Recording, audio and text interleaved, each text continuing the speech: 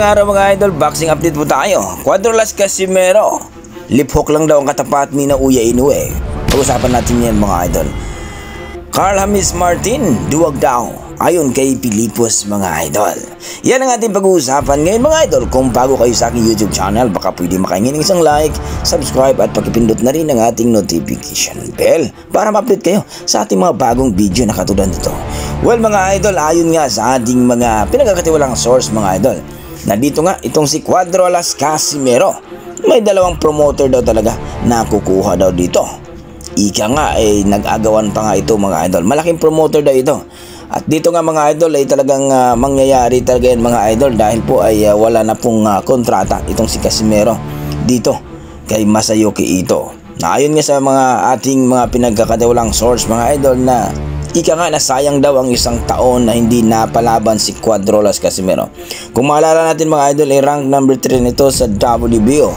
Pero na hindi nakalaban ng isang taon ay binaba ito ng rank number 6. At biglang itong tinaas itong si TG Duhini at naging voluntary ng WBE dito kay Naoya Inoue. Ayon nga sa ating mga pinagkakatiwalang source na iba talaga pag may malakas na kapit mga idol dito nga sa boxing industry. Alam naman natin mga idol na ang number 1 na malupit dyan sa pagmamatch mga idol ito si Sean Gibbons. At siyempre itong si Lolo Arom talaga mag-ama talaga yan mga idol, talagang matibay talaga yan pagdating. Kumbaga sure win daw talaga ang hinahanap ni Naoya Inoue, hindi daw magbigay.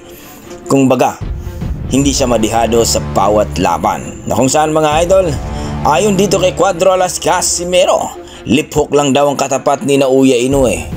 Kung baga mga idol itong si Casimero, alam naman natin na talagang maraming nabiktima sa kanyang lip hook na kung saan talagang matutulog ka talaga kapag matamaan ka sa lip hook. Dito kay Pilipos ni Tomba na sumaludo kay Cuadrolas Casimero.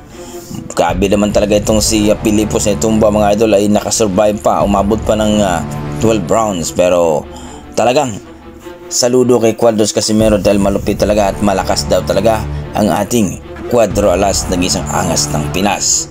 At dito nga mga idol, maraming nagsasabi na itong si Naoya Inoue mahina daw ang kanyang panga.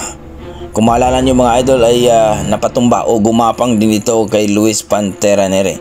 Kaya natakot na labanan ng mandatory niya sa WBA ay nag-voluntary defense na lang ito. Dito kay TG Duhini na matanda ay natamaan sa gilid ay sumakit daw ata ang rayuma mga idol. At dito mga idol naniwala sila na takot talaga itong si Naoya Inoue.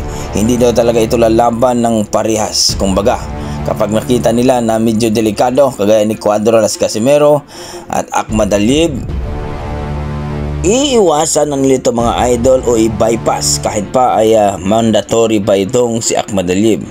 At dito nga mga idol nalaman natin na itong si Naoya Inoue ay mahina talagang panga dahil na-expose na ito kay Luis Pantera Nere. Kayo mga idol, naniniwala ba kayo na talagang natakot na itong si Naoya Inoue dito kay Casimero dahil nakita din niya ang laban dito kay Saul Sanchez na 1 round lang ang tinagal ng Mexicano.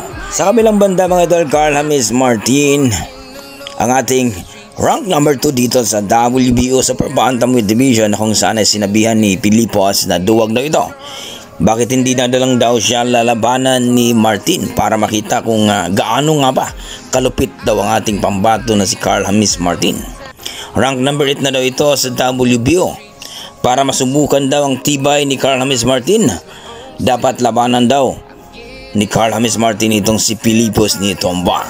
Dahil alam naman natin mga idol na itong si Carl James Martin ay rank number 2 na ito at talagang niready na ito para kay Naoya Inoue kung sakali. Na kung saan mga idol, alam naman natin na malupit din itong si Pilipos ni Tomba. Pero wala pang sagot nga si Martin mga idol na kung saan ay pakita lang ito ng sparring na kamukha din ni Pilipos ni Tomba mga idol. Pero wala pang formal na sagot itong si Martin kung lalabanan ba talaga niya itong si Pilipos ni Tomba. Kayo mga idol, ano masasabi niyo sa ating video? Naniwala ba kayo na itong si Naoya Inoue natakot kay Casimero? I-komento mo na sa baba mga idol para ating pag-usapan. Maraming salamat. サンチェスの返した。あ、左。カシメロの左が火を吹い